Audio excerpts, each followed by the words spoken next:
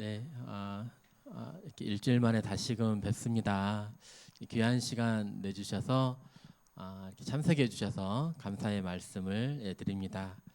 28자 연대기 성경 강좌 오늘은 벌써 15번째 시간입니다. 그동안 정말 하나님은 살아계시는가에 대해서 말씀을 드렸었고요. 또 성경은 하나님의 이렇게 말씀인가에 대해서 드렸었고, 또 성경의 주제는 또 무엇인지에 대해서 이렇게 말씀을 드렸습니다. 이제 이러한 주제들에 대해서 이제 마무리하는 그런 시간이 되겠습니다. 정말 성경에서 말하고자 하는 그런 내용은 무엇인지 오늘 잘 들어보시면 그 부분을 알 수가 있으실 것입니다. 지난 시간 내용들을 잠깐 복습해 보도록 할까요? 예수님께서 이 땅에 오시고 행하신 그러한 기적들이 있었습니다. 갈릴리 가나의 혼인잔치에 참석하셨는데요. 기쁨을 의미하는 그런 포도주가 떨어졌습니다. 이때 예수님께서 정결 예식 때 쓰는 약 한 80리터 정도나 되는 물을 채울 수 있는 그런 항아리 한 6통에 있었거든요. 여기에 물을 다 채우신 다음에 떠서 연회장에게 갖다 주라라고 이렇게 했는데 그때 물이 바로 이렇게 포도주로 변하는 그런 기적이 일어났습니다. 물은 H2O거든요. 수소와 산소밖에는 없어요. 아무리 이렇게 과학자들이 변환시키려 한다 할지라도 당으로 포도즙으로 이 변환이 되지가 않아요. 알코올로 변환이 되지가 않아요. 무엇인가 첨가하지 않는 이상은 지금 과학기술로도 불가능합니다. 그런데 예수님은 말씀으로 이러한 물질을 변화시키셨습니다. 두 번째 기적은 예수님께서 왕의 신하의 아들을 고쳐주시는 그런 장면이었습니다. 왕의 신하의 아들이었으니까 얼마나 권세가 있었겠어요. 또 아는 사람도 많았을 거고요. 또 돈도 많았을 것입니다. 아들이 아팠으니까 온 사람들을 수소문해가지고 의사들을 수소문해가지고 데려와서 치료를 해보려고 했었겠죠. 그런데 아무리 많은 사람을 만나고 또 돈을 쓴다 할지라도 아들은 병이 악화만 되는 거예요. 곧 죽어가게 된 거예요. 이때 갈릴리 가나에 계신 예수님께 가버나움에서 이 왕의 신하가 찾아옵니다. 한 30km 정도 이렇게 떨어진 그러한 거리였어요. 예수님께서 이 왕의 신하를 보시고 고쳐주소서라고 말을 했는데 가지 않으시는 거예요. 그리고 가라, 네 아들이 살았느니라 이 말씀을 하십니다. 30km나 떨어졌는데 가서 뭐 어떤 특별한 처방전을 내리신 것이 아니고 또 안수해가지고 기도로 고쳐주신 것이 아니라 가라, 네 아들이 살았느니라 라고 말씀하셨습니다. 이 말씀을 믿고 왕의 신하는 집으로 돌아가게 됩니다. 집에 돌아오는 그 길에서 집에 하인들을 만나고 하인들을 통해서 자기 아들이 낫게 됐다는 그 소식을 들었습니다. 언제 낫게 됐냐 그 시각을 물으니까 예수님께서 말씀하신 그 시각이었음을 알게 됩니다. 예수님은 어떻게 보지도 않았는데 하루길 정도나 되는 그 먼 거리에 있는 사람을 말씀으로만 고치실 수가 있을까요? 38년 된 병자, 누워있던 이 병자를 예수님께서 또 말씀으로 고치십니다. 네가 누워있던 이 자리를 들고 걸어가라 라고 이렇게 말씀을 하십니다. 38년 동안 누워있으면 갑자기 일어설 수 있을까요?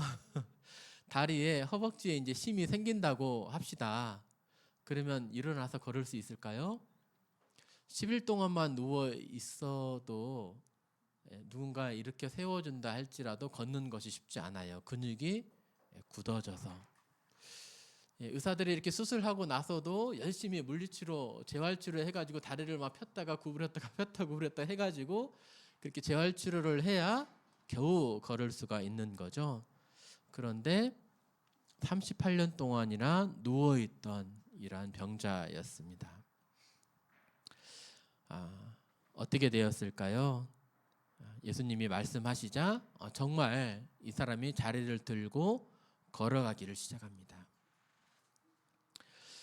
예수님은 이러한 기적을 행하시는 분이었기에 수많은 사람들이 예수님의 가르침을 받으려고 또 기적을 보려고 따라다녔습니다. 남자만 한 4천 명이 모였습니다. 날이 어두워졌고 이제 어디 가서 먹을 수 있는 그런 상태가 아니었어요. 이 사람들이 굶게 생겼습니다. 5천 명이나 되는 사람들을 예수님께서 먹이시는데요.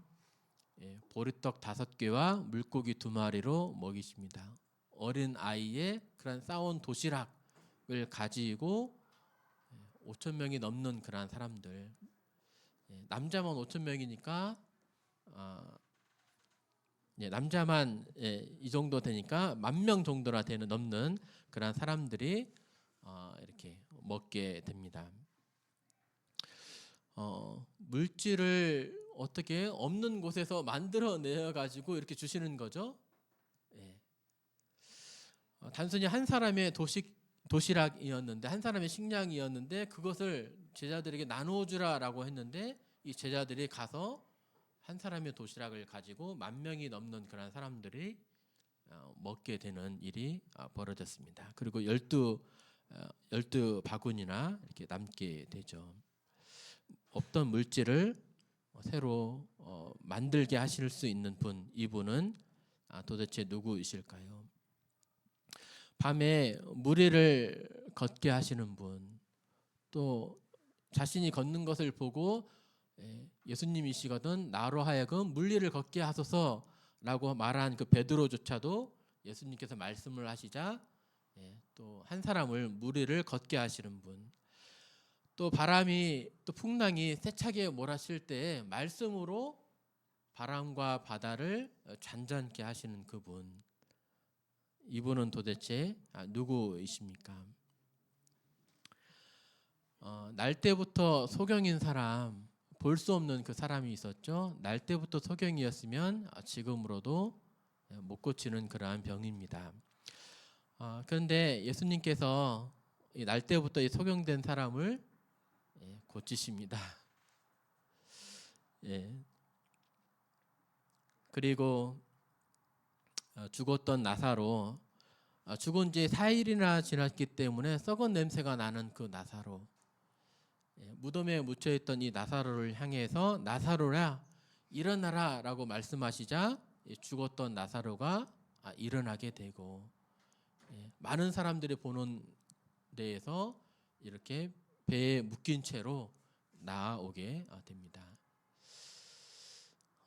이러한 예수님은 도대체 어떠한 분이실까요? 이러한 이야기들이 혹시 꾸미는 이야기, 설화와 같은 이야기이지는 않을까요? 정말 어떤 하나님의 능력을 가지신 분이 이 땅에 오셨든지 아니면 정말 꾸미는 이야기, 설화와 같은 오래된 이야기이든지 둘 중에 하나일 것입니다. 그런데 거짓을 가지고 거짓이 이렇게 퍼질 수가 없는 거거든요. 오랫동안 사람들의 입에 오르내릴 수가 없는 거거든요. 왜냐하면 금방 들통이 나게 되니까요. 그런데 이러한 일들을 직접 경험한 그러한 사람들, 직접 본 사람들, 이 사람들이 이러한 예수님을 만나고 경험하고 예수님이 누군지를 알고 그런 다음에 이들이 예수님을 전하는데 목숨을 다해서 전하기 시작합니다. 예루살렘에서 기독교가 처음 세워져요. 이러한 예수님을 따르던 12 사람들에 의해서. 거짓이면 그렇게 할 수 있었을까요? 예루살렘은 종교의 도시였습니다. 종교의 목숨을 거는 그러한 사람들이었어요. 여기에서 이 예루살렘에서부터 어떤 다른 어떤 종교적인 말을 한다든지 어떤 하나님에 대해서 얘기를 한다든지 이렇게 하기가 사실 어려웠습니다. 하나님에 대해서 잘못 얘기를 한다 하면은 이 사람들이 가만히 놔두지 않고 하나님에 대한 불경건죄로 돌에 쳐 죽이기도 하고요, 칼에 죽이기도 하고, 그러한 종교적인 도시가 바로 예루살렘이었어요. 그런데 제자들은 감옥에 갇히고도 때로는 목베임을 당하서도 이러한 예수님에 대한 그러한 이야기들을 전도하는 일을 멈추지 않습니다. 왜 그럴까요? 그리고 예루살렘에서부터 초대의 기독교가 세워지게 되고요, 저 멀리 아시아 터키 땅, 또 그리스 땅, 로마 땅까지 가가지고 기독교가 세워지게 됩니다. 로마에 대한 그러한 부분들을 보니까, 그리스에 대한 그러한 부분들을 보니까 예루살렘만큼 또 종교가 또 유명한 곳이에요. 그리스 로마 신화 들어보셨습니까? 네, 어마어마한 그러한 신전, 세계 7대 불가사의한 그러한 신전들을 모셔놓고 평생 그런 그리스 로마 신화를 따르면서 사람들이 살게 되잖아요. 네. 그런데 지금 그 우상들을 섬기는 사람은 없습니다. 왜냐하면 이러한 그리스 로마도 나중에 무엇을 받아들이게 되죠? 불과 300년이 지난 다음에 이 예수님을 받아들이게 돼요. 예수님을 국교로 인정하게 돼요. 수십 년 동안, 수백 년 동안 역사적으로 이러한 그 자기의 조상들이 섬겨왔던 그러한 그리스 로마 신들을 버리고 예수님을 받아들이게 됩니다. 왜요? 제자들이 칼에 맞아 죽으면서도 예수님을 전하는 일을 멈추지 않아요. 왜 그랬을까요? 거짓이어서 그랬을까요? 이러한 기적들이, 이러한 성경의 말씀들이 거짓이어서 그랬을까요? 아니에요. 제자들이 듣고 보고 경험한 그러한 내용들이 정말 사실이었거든요. 제자들에 의해서 기록한 그러한 성경의 내용들이 정말 사실이어서 목에 칼이 들어와도 말하지 아니할 수가 없었던 거죠. 거짓이면, 목에 칼이 들어오면 어떻게 됩니까? 네, 금방 이제 사실을 말해야죠. 그런데 목에 칼이 들어와도 죽음의 위협 앞에서 제자들이 말하는 것을 멈추지 않습니다. 왜요? 자기가 경험한 그러한 예수님, 하나님의 아들이신 그분이 정말 맞다.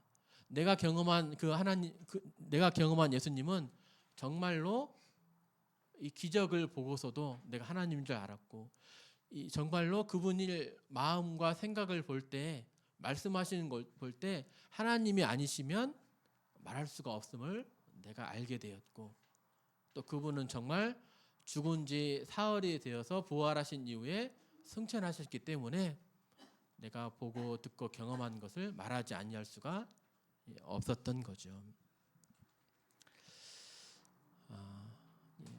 요한복음을 기록한 사도 요한은 요한복음을 기록하면서 이렇게 말합니다.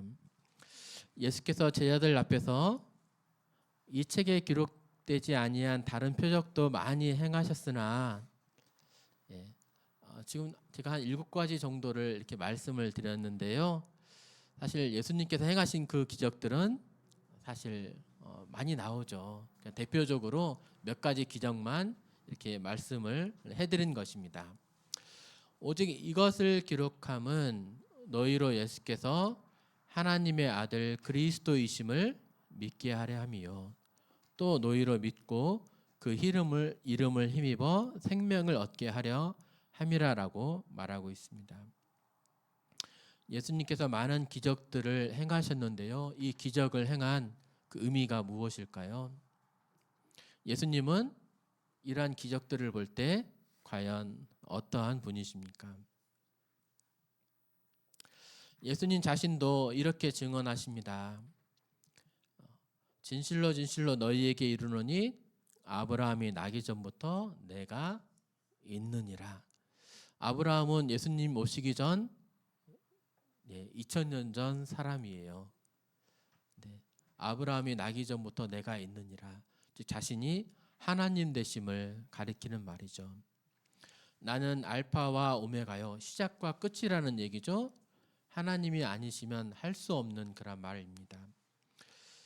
내가 곧 길이요 진리요 생명이니 나로 말미암지 않고는 아버지께 하나님께로 올 자가 없느니라. 자신이 길이심을, 하나님께 나아갈 수 있는 길이요 또 진리 되심을, 또 생명이심을 이렇게 말씀하셨습니다. 나는 부활이요 생명이니 나를 믿는 자는 죽어도 살겠고 라고 하시면서 정말 죽었던 그 나사로를 부활 이렇게 시키시죠. 원하는 자에게 생명을 주기도, 또 사망에 이르렀던 그 자를 다시금 살리시기도 이렇게 하실 수 있는 분이 바로 예수님이십니다. 그런데 이러한 이 예수님, 하나님이신 이 예수님이 또 놀라운 얘기를 하세요. 이 땅에서 내가 이제 왕이 되어서 많은 사람들을 올바른 길로 인도할 것이고 또 그들을 평화로 또 풍요로움으로 다스리게 할 것이다. 이렇게 자신이 왕으로서의 어떠한 말씀을 하시는 것이 아니라 이상한 얘기를 이렇게 하십니다. 예수 그리스도께서 자기가 예루살렘에 올라가 장로들과 대제사장들과 서기관들에게 많은 고난을 받고 죽임을 당하고 제3일에 살아나야 할 것을 제자들에게 비로소 나타내십니다. 또 인자가 죄인의 손에 넘겨져 십자가에 못 박히고 제3일에 다시 살아나야 하리라, 이러한 말씀들을 이제 하시는 거예요. 이상하죠? 능력의 이러한 예수님께서, 또 하나님의 아들이신 이 예수님께서 자신이 죽음에 대해서 미리 말씀을 하시는 겁니다. 그리고 부활에 대해서도 얘기를 하세요. 왜 예수님은 자신의 죽음을 이야기를 하셔야 했을까요? 예수님이 많은 기적을 행하시니까 유대인들이 정말 궁금해한 거예요. 정말 예수님 정말 당신이 하나님의 아들 맞습니까? 하나님께서 구약에 보내주시기로 말한 그 구원자, 그 메시아가 맞습니까? 맞거든 명확히 표적을 보여주십시오. 기적을 보여주십시오. 또 이렇게 얘기를 합니다.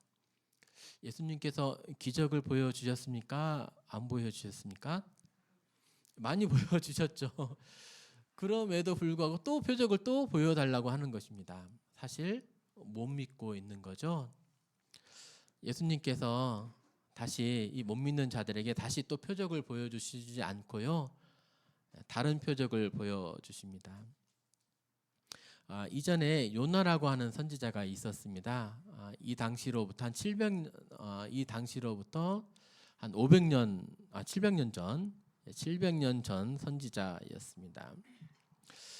그는 하나님 말씀을 거역하다가 바다에 던져졌는데요. 바다에 던졌었는데 물고기가 삼키게 되고 3일 밤낮을 물고기 뱃속에 있었던 그런 선지자였습니다.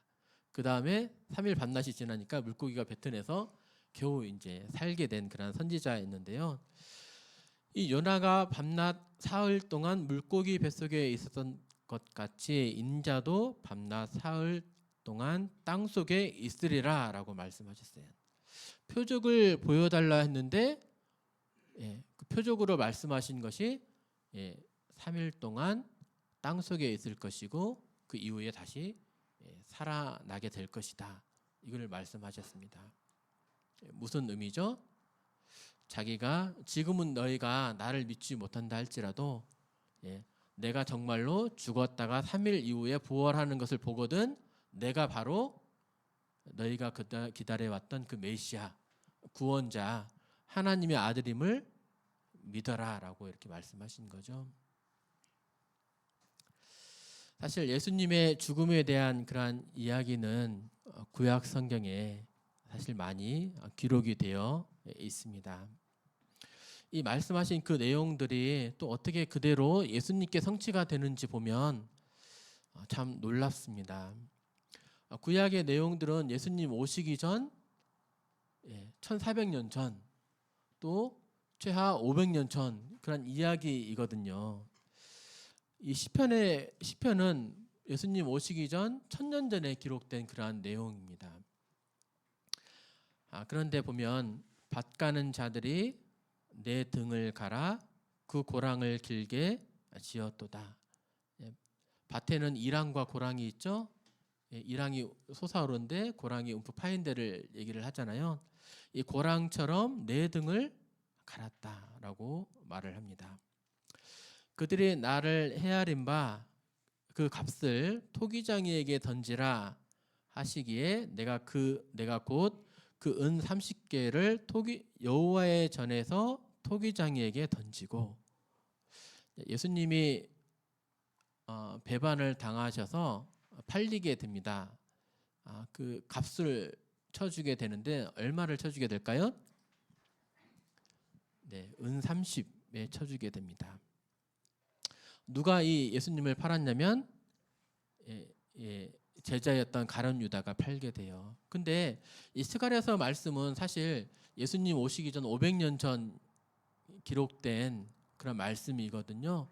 근데 은 30에 의해서 정말로 예수님이 팔리게 돼요. 근데 나중에 보니까 이 가룟 유다가 보니까 양심에 이제 자신의 스승을 팔았다는 것에 대한 양심의 가책을 느끼게 되고요. 그리고 은 30을 가지고 다시 제사장에게 가가지고 은 30을 돌려주려고 했어요. 근데 제사장이 받았을까요? 안 받아요. 그랬더니 이 은 30을 어떻게 했을까요? 성소에 던집니다. 네. 성소, 즉 여호와의 전에 던지는 거예요. 그 은 30을. 네. 그리고 자신은 목매어 죽습니다. 제사장들이 이 사실을 보았어요. 이 목매어 죽인 자의 자가 던져둔 이 은 30, 이 은 30을 가지고 이 은 30이 성전에 있는 것이 좀 그렇잖아요. 그래서 이 은 30을 가지고 어떻게 합니까? 토기장이의 밭을 사가지고 나그네 묘지를 만듭니다. 그런데 이게 놀랍게 이 말 그대로 이루어지는 거예요. 그들의 나를 헤아린 바 그 값을 토기장에게 전디라 하시기로 내가 곧 그 은 30개를 어디서요? 여호와의 전에서, 성전에서 토기장에게 던지고, 그 성전에 던져진 그 은 30을 가지고 대제사장들이 이 말씀을 알았을지 몰랐을지 사실은 모르겠지만 대제사장들이 이 말을 스스로가 성취하고 있었다는 것을 몰랐겠죠. 하지만 정말 이 말 그대로 토기장이의 밭을 사고 나그네 묘지를 삼게 됩니다. 내가 신뢰하여 내 떡을 나눠 먹던 나의 가까운 친구도 나를 대적하여 그의 발꿈치를 들었나이다. 가까운 친구가 나를 배반하게 된다는 말씀이죠. 발꿈치라고 하는 그런 표현은 이렇게 말이 발꿈치를 들어가지고 뒷발로 이렇게 치는 그런 모습을, 동물들이 뒷발을 들어가지고 이렇게 치는 그런 모습을 나타내 주는 것이라고 합니다. 발꿈치를 들었다 이 말은 뒷발로 치려고 하는, 즉 배반한다는 그런 의미죠. 그런 관용적인 표현입니다. 가까운 친구, 이 제자에 의해서 배반 당하실 것을 이렇게 말씀을 해주고 있죠. 이렇게 예수님은 스스로도 자신이 죽으실 것과 부활하실 것을 말씀하셨고요. 또 구약 성경에도 예수님에 대한 이러한 내용들이 이렇게 나와 있습니다. 그렇다면 왜 예수님께서, 하나님의 아들이신 이 예수님께서 왜 이 땅에 오시고 이렇게 배반당하고 이렇게 등의 채찍질에 갈라지면서 등이 갈라지시고 죽임 당하셔야만 했는가? 그 이유는 무엇입니까? 예수님께서 자신의 온 것을 말씀을 해주십니다. 인자의 온 것은 섬김을 받으려 함이 아니라 도리어 섬기려 하고, 하나님의 아드님이 이 땅에 오셨습니다. 그러면 어떻게 오시는 것이 마땅할까요? 정말 하늘에서부터 수많은 천군 천사들과 함께 구름이 쫙 갈라지면서 빛이 먼저 이렇게 딱 쬐이고 그러면서 엄청난 나팔이 이렇게 막 들려줄고, 그러면서 모든 무릎이 그 앞에 꿇고 이렇게 오는 것이 마땅할 텐데, 예수님은 이렇게 오시지 않으셨어요. 물론 이러한 말씀이 또 기록되어 있습니다. 나중에 다시 오실 때는 모든 무릎이 예수님 앞에 꿇게 될 것입니다. 근데 예수님이 2000년 전에 이 땅에 오실 때에는 구유에 동물 우리에서 태어나시고 그 구유에 눕히시게 됩니다. 왜 그렇습니까? 우리와 같은 연약한 사람들, 우리들을 섬기기 위해서 오셨기 때문입니다. 인자가 온 것은 섬김을 받으려 함이 아니라 자신이 스스로 가르쳐 말씀하시기를 도리어 섬기려 하고 자기 목숨을 많은 사람의 대속물로 주려 함이라라고 말씀하셨습니다. 자기 목숨을 많은 사람의 대속물로 주기 위해서 오신 것입니다. 대속물이 무엇입니까? 네. 이전에 말씀을 드렸던 죄를 지은 사람이 양을 가지고 소를 가지고 염소를 가지고 대제사장에게 가잖아요. 그래서 이 대속물을 삼아서 내 죄를 이 양에게 넘기우고, 이 대속물에게 넘기우고, 이 죄에 대한 심판이, 내가 당해야 될 심판이 양에게 당함으로 말미암아 내가 죄에서 해방되었던 것을 지난 시간에 살펴보았습니다. 그것이 바로 대속물입니다. 즉 자기 자신을 많은 사람들의 대속물로 내어주시기 위해서, 자신이 죽음을 통해서 믿는 자들을 살리기 위해서 오신 것임을 말씀해 주고 계십니다. 네, 이사야서 53장이죠. 예수님 오시기 전 700년 전에 기록된 그 말씀입니다. 이미 이 구약 사본이 예수님 오시기 전 한 200년 전으로 보이는 그런 구약 사본도 발견이 되었음을 지난 시간에 말씀을 드렸었죠. 이렇게 써 있습니다. 여호와께서 그로 상함을 받게 하시기를 원하사 질고를 단게 하셨은즉, 고통이죠, 질고. 그 영혼을 속건제물로 드리기에 이르면 그가 그 씨를 보게 되며 그날은 길 것이요 또 그의 손으로 여호와의 뜻을 성취하리로다. 여호와께서 어떤 상함을 당하게, 고통을 당하길 원했던 한 사람이 있었어요. 보통 제물이라고 그러면 사람이었습니까? 그러지 않았어요. 그 이전에 제가 말씀드린 그런 제물들을 보면 늘 염소였고요, 늘 어린 양이었고요, 어떤 동물의 짐승이었습니다. 근데 이사야서에는 특이하게 어떤 한 사람을 가리키고 있습니다. 그로 하여금 상함을 받게 하시기를 원하사 질고를 당하게 하시기를 원했습니다. 그의 영혼을 제물로 드리면 그가 씨를 보게 될 것이고, 또 이것이 또 하나님의 뜻을 성취한다는 것입니다. 다시 말하면 성경이 예수 그리스도라고 되어 있죠, 주제가. 이 말씀도 성경의 주제를 말하고 있는 것입니다. 하나님께서 멀리 떠나간 그러한 인생들, 죄악으로 인해서 죽음에 처한, 지옥에 처할 그런 인생들을 살리시기 위해서, 죄에서 건지시기 위해서 하나님께서 미리 보내주실 것을 구약에 미리 이렇게 예언을 하신 거예요. 하나님의 뜻을 이렇게 정하신 거예요. 그리고 2000년 전에 정말 자신의 독생자이신 예수님을 이 땅에 보내셨고요. 그를 통해서 그의 죽으심을 통해서 믿는 자들로 하여금 구원에 이르게 하신 것입니다. 예수님은 예언처럼 이렇게 한 제자에 의해서 팔리게 되고요. 이스라엘 당국자들은 그 유대인들은 예수님을 죄를 뒤집어 씌워서 이렇게 로마의 형벌을 받게 합니다. 그래서 이제 로마의 총독이었던 빌라도가 예수를 데려다가 이제 먼저 채찍질하고요, 십자가에 이렇게 못 박혀 죽게 합니다. 먼저 이렇게 십자가에 못 박히시기 전에 이렇게 채찍질하는 것이 일반적인 관습이었다고 합니다. 죄인들을 그냥 바로 십자가에 못 박히는 것이 아니었어요. 근데 로마의 이러한 채찍질은 그냥 단순히 채찍이 달린 것이 아니라 끝에 돌멩이, 쇠붙이, 또 동물의 뼈조각을 이렇게 묶어 놓습니다. 그래서 이것을 채찍질을 하게 되면 어떻게 됩니까?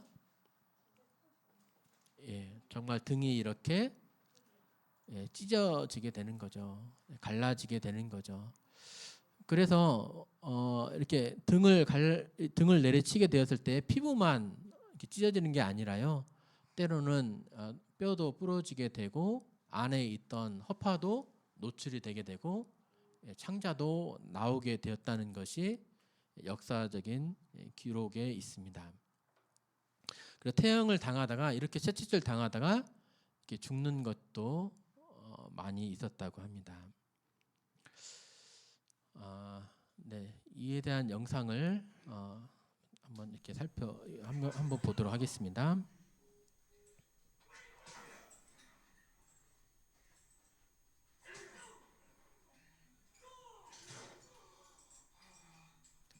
예수님의 고난 당하심에 대한 그런 영화의 일부분을 따왔습니다.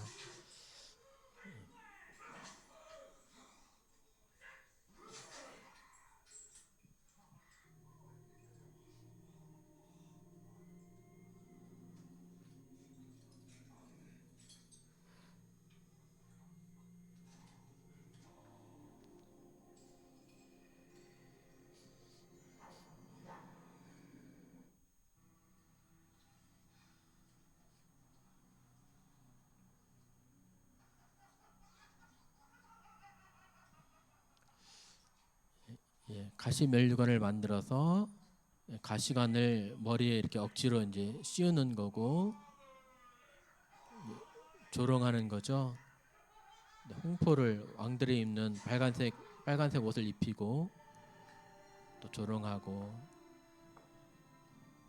또 십자가에 못 박게 됩니다.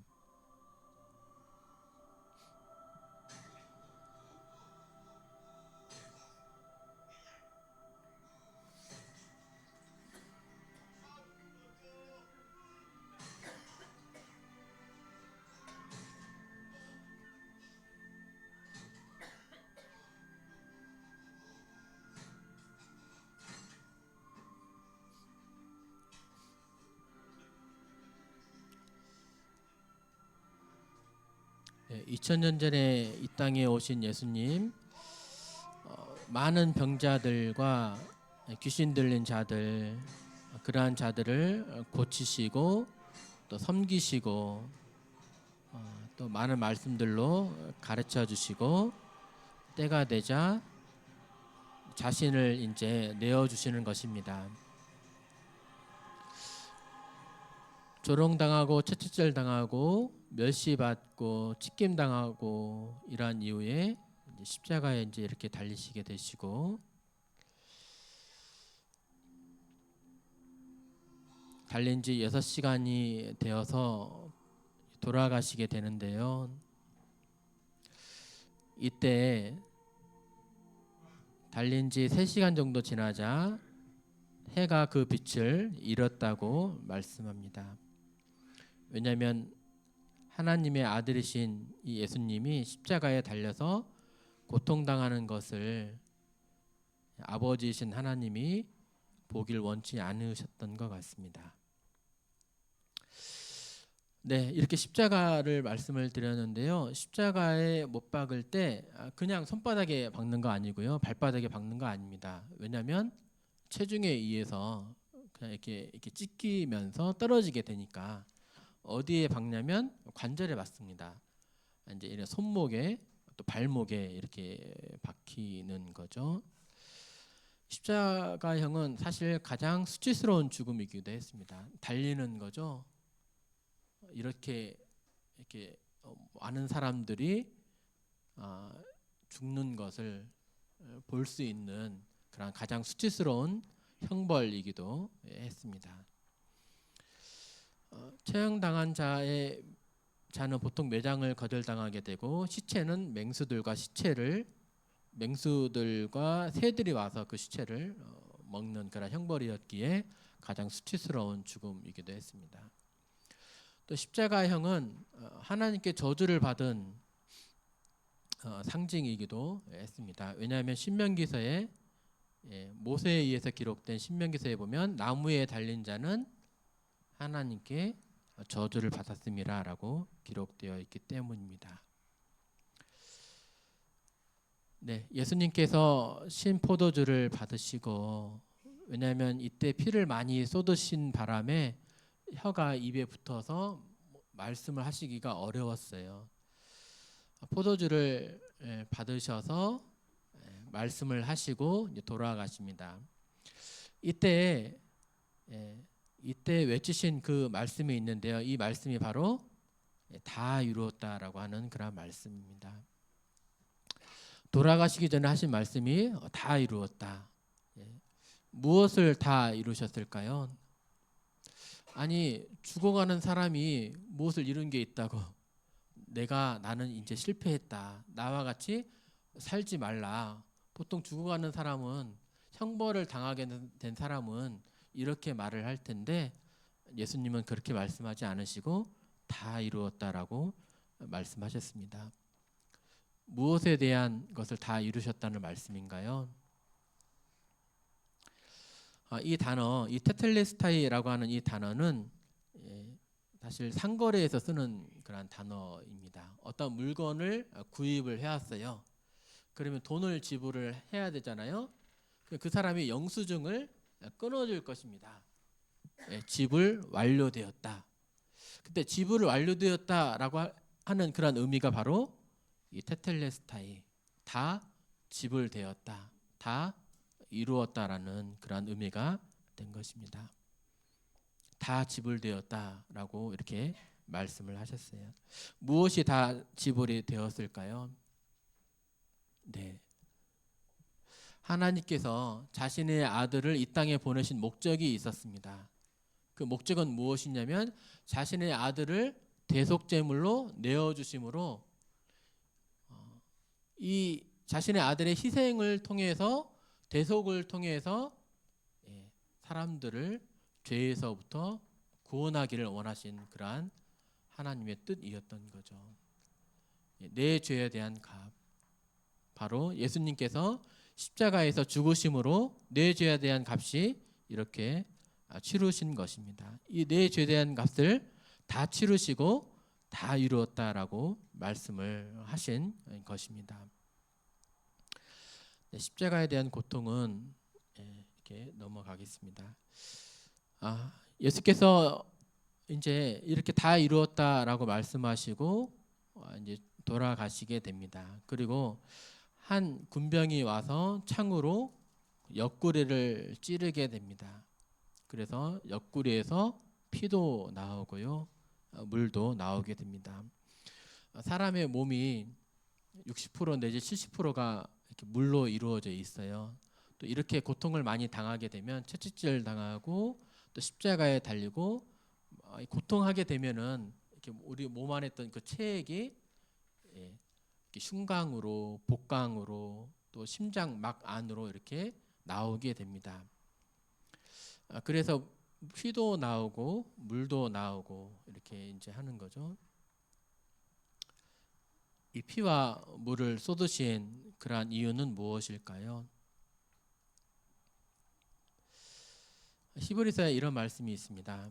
염소와 송아지의 피로 하지 아니하고 오직 자기의 피로 영원한 속죄를 이루사 단번에 성소에 들어가셨느니라. 이전에는 송아지와 염소를 데리고 죄 있는 사람이 데리고 가서 이 제물의 죽음을 통해 가지고 피의 제사를 드려서 죄 용서함을 받았었어요. 그런데 가치가 좀 같아야 되잖아요. 내가 귀합니까? 송아지가 귀합니까? 소 100마리랑 또 나랑 바꿀 수가 있습니까? 사람하고는 가치가 되지 않죠. 사실 이전에 보였던 죄에 대한 어떤 이제 속죄 제사, 이것은 사실 구약에 보여줬던 모형이요, 그림자요, 상징적인 것이었던 것입니다. 모형이요 그림자요 상징이었으면 정말 실체가 있어야 되는 거죠. 그 실체가 바로 예수님이었던 것입니다. 예수님은 누구십니까? 하나님이십니다. 그러면 나보다도 더 높으신 분입니까? 아니면 나보다도 더 낮은 그런 분이십니까? 어떤 값을 매기자면 그분은 나보다도 훨씬 더 가치가 있는 더 귀하신 분입니다. 맞습니까? 자, 온 인류의 사람들과 온 인류를 만든 창조주이신 하나님과 가치를 놓고 봤을 때 누가 더 귀합니까? 자, 개미가 한 100만 마리가 있습니다. 개미 100만 마리하고 사람 한 명하고 누가 더 귀합니까? 100만 마리나 되는데요. 사람이 더 귀하죠. 지금까지 있었던 온 세상의 사람들하고 예수님하고 누가 더 귀할까요? 예수님은 하나님이시오. 아브라함이 나기 전부터 있었던 그런 하나님, 또 이 땅을, 이 세상을 만드신 창조주이신 그런 하나님입니다. 그분이 온 세상의 죄, 이 세상의 죄, 모든 여기 계신 모든 여러분들의 죄, 그리고 나의 죄를 짊어지시고 이 죄를 사해 주시기 위해서, 이 죄에 대한 값을 치러 주시기 위해서 이 땅에 오셨고 십자가에 박히셔서 돌아가신 것입니다. 이전에 이렇게 죄 지은 사람이 깨끗한 양을 가지고 와서 안수를 해서 이 양을 잡게 되고 제사를 드림으로 죄에서 해방을 받게 되었죠. 그때 안수한다는 의미가 무엇이었습니까? 안수가 동일시 여긴다, 또 넘어가다라고 하는 그러한 의미였습니다. 양을 데리고 온 그 사람, 죄를 지은 그 사람이 이 양의 머리에, 염소의 머리에, 대속 제물의 짐승에 이렇게 안수합니다. 즉 내가 바로 양이다. 염소가 죽는 것은 곧 내가 죽는 것과 다름이 없다. 그리고 죄는 내가 지었지만 이 죄가 지금 누구에게 넘어간 것입니까? 양에게로 넘어간 것입니다. 죄의 삭은 사망이라고 했는데 이 죄가 양에게로 넘어가고 양이 죽음에 이르게 되면 이 죄에 대한 값이 치루어진 것입니까? 네, 치루어진 것입니다. 이를 통해서 자유함을 얻게 되는 거죠. 죄에게서 해방이 되는 거죠. 하나님의 아들이신 이 예수님께서 이 땅에 오신 목적이 있었습니다. 우리를 죄에서 살리기 위해서, 영원한 생명을 주시기 위해서 하나님께서 이 땅에 인간의 몸을 입으시고 오신 것입니다. 그리고 영광을 받으셨습니까? 아닙니다. 오히려 저주의 십자가에 달리시고 채찍질 당하시면서 피 흘리시고 십자가에 못 박히셔 돌아가시게 됩니다. 왜 돌아가셨습니까? 죄의 값은 사망이거든요. 어떤 선함으로, 어떤 열심으로, 착한 일로 죄가 용서가 되는 것이 아니거든요. 죄의 값은 사망인 것입니다. 죽음인 것입니다. 그런데 내가 죄를 지었으니까 내가 죽어야 하지만 지금 누가 죽은 것입니까? 하나님이신 예수님이 죽으셨습니다. 무엇 때문에 죽으셨나요? 누구 때문에 죽으셨나요? 내 죄 때문에, 곧 나 때문에, 내가 잘못한 그러한 것들 때문에, 나는 도저히 하나님 앞에 이룰 수가 없는 그런 죄인이기 때문에 예수님이 내 죄를 모두 다 가져가시고 담당하시고 그 죄에 대한 형벌을 치르신 것입니다. 자, 그러면 묻겠습니다. 내 죄가 지금 남아 있습니까? 예수님이 가져가셨는데요. 예수님이 죄에 대한 대가를 치르셨는데요. 내가 1,000,000원을 빚졌습니다. 근데 나는 전주에 살아서 열심히 이렇게 고생하면서 돈을 벌어도 금방금방 다 나가는 거예요. 입에 풀칠하기가 바쁜 거예요. 1,000,000원을 갚을 수 있는 상황이 안 되는 거예요. 조금만 연장시켜 주십시오. 갚겠습니다라고 말하는 것입니다. 근데 남원에 계시는 제 아버지가 저를 보고 불쌍히 여겨서 채권자를 만나서 이렇게 1,000,000원을 이렇게 갚아 주셨습니다. 그러면 내 죄가 여전히 남아 있는 것입니까? 내가 갚아야 할 그 1,000,000원이 여전히 남아 있는 것입니까? 내가 갚지 않았는데요. 아버지께서 대신 갚아 주셨는데요. 빚이 다 갚아진 거잖아요. 이 빚이, 이 죄에 대한 값이 다 치러진 거잖아요. 그러니까 예수님에 대한 가치를 말씀을 드렸는데요. 예수님은 사실 온 세상 사람들보다도 더 귀한 그런 존재인 것입니다. 예수님께서 죄값을 치러 주셨기 때문에 세상에 처음 있었던 그런 사람의 죄부터, 그리고 앞으로 미래에 태어날, 이 세상에 태어나게 될 그런 사람의 죄까지도 모두 이렇게 담당을 해주신 것입니다. 그러기에 예수님께서 단 한 번의 제사로 영원한 속죄를 이루신 것입니다. 이 영원한 속죄의 의미를 이제 아셨습니까? 네. 예수님께서 십자가에서 2000년 전에 달리셔서 돌아가신 이유는 내 과거의 죄와 내 현재의 죄와 미래의 죄를 포함한 이 세상의 모든 그러한 죄를 다 담당하시고 돌아가신 것입니다. 그렇게 되면 나는 죄에서 어떻게 벗어나셨습니까? 아니면 여전히 나에겐 죄가 남아 있습니까? 네. 염소와 송아지의 피로 하지 아니하고 오직 자기의 피로 영원한 속죄를 이루사 단번에 성소에 들어가셨느니라라고 이렇게 되어 있습니다. 그리고 이 예수님은 정말 말씀하신 대로 죽었다가 3일 만에 부활하십니다. 아니, 내가 정말 죽었다가 3일 만에 부활할 것을 이미 이 유대인들도, 십자가에 못 박혀 죽도록 만든 이 유대인들도 알고 있었어요. 그래서 유대인들이 이 무덤을 지켰어요. 그런데 정말 예수님은 3일 만에 부활하게 되고, 이 예루살렘에서 정말 부활하신 것이거든요. 그래서 본 수많은 사람들이 있게 된 것입니다. 그러니까 담대하게 자기가 본 것, 또 경험한 것을 말하지 않을 수가 없었던 거죠.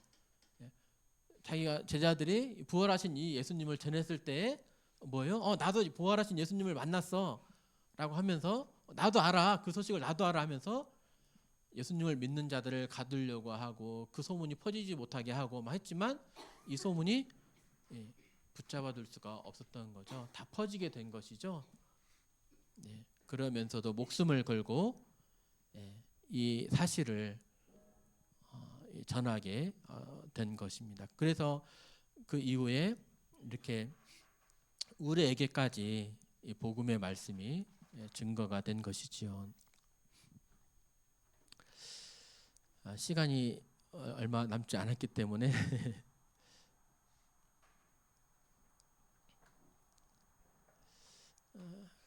자, 제가 이전 시간부터 드려왔던 그런 말씀들입니다. 아담이 범죄했을 때 스스로 무화과 나뭇잎을 가지고 엮어서 이렇게 치마를 만들었습니다. 나뭇잎으로 치마를 만들면 어떻게 가려줄 수 있습니까? 안 돼요. 그런데 하나님께서 가죽 옷을, 한 마리의 동물을 잡아서 자신의 부끄러움을 가릴 수 있는 그 가죽 옷을 하나님께서 아담을 통해 만들어 주셨습니다. 가인과 아벨이 제사를 드리는데요, 이렇게 땅의 소산물로 제사를 드렸을 때는 안 받으시고, 아벨이 양의 첫 새끼 생명을 가지고 피를 가지고 제사를 드렸을 때 받아 주셨어요. 왜 그렇습니까? 하나님께 나아가기 전에는 반드시 죄 문제를 해결을 해야 하는데, 죄 문제는 어떻게 해결한 거죠? 죄의 값은 사망이라 했으니까 이 죽음으로 해결을 한 이후에 나아갈 수가 있었던 것입니다. 또 아브라함이 자신의 아들 이삭을 드리려고 했을 때 어떻게 이삭을 살릴 수가 있었습니까? 대신해서 죽은 한 마리의 양이 있었죠.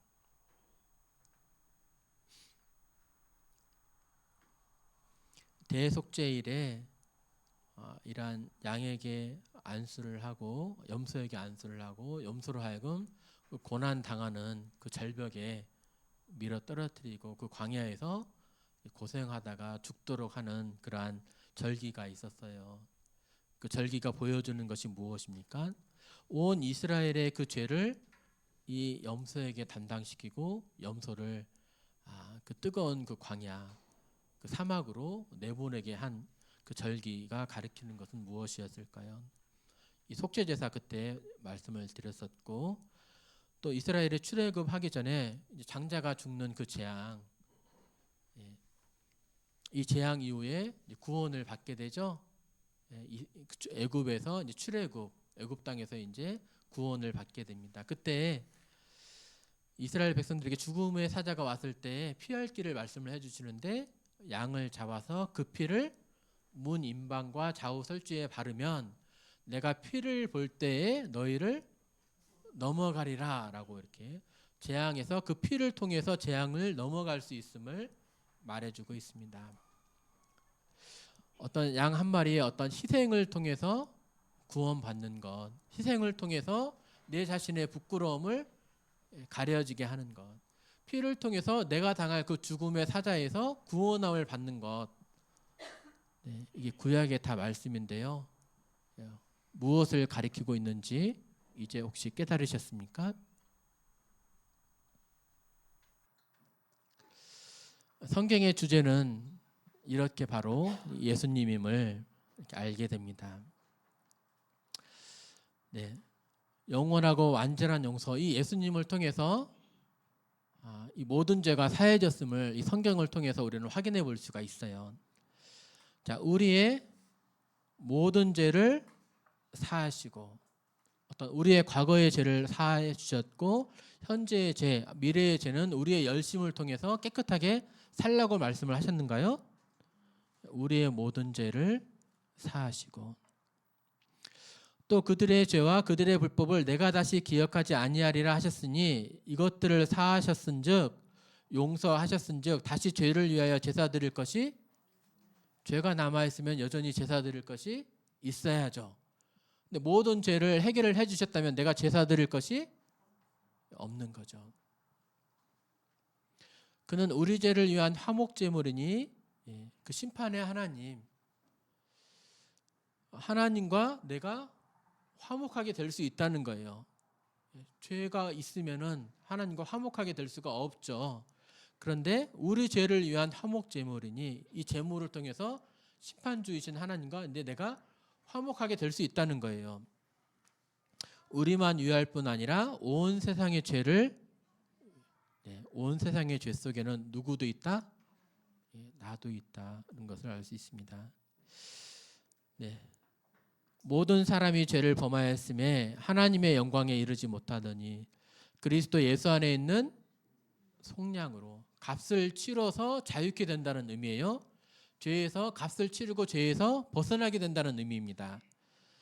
우리는 원래 죄인이라 하나님께 나아갈 수가 없는 그러한 자였어요. 근데 그리스도 예수 안에 있는 속량으로 말미암아, 예수님으로 말미암아 하나님의 은혜로 값없이 의롭다 하심을 얻는 자가 되었습니다. 이전에는 죄인이었지만 이제는 뭡니까? 예수님의 은혜로 말미암아 무엇을 얻었습니까? 하나님 앞에서도 내 자신이 의롭다함을 얻는 자가 되었습니다.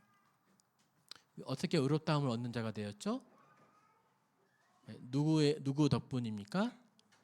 무슨 이유 때문입니까? 나는 행실로는 나는 원래 죄만 짓는 죄인이지만 이 죄에 대한 값이 이미 다 치루어졌기 때문에, 나는 죄에서 해방되어졌기 때문에 이제는 하나님으로부터 의롭다함을 칭함을 받는 것입니다.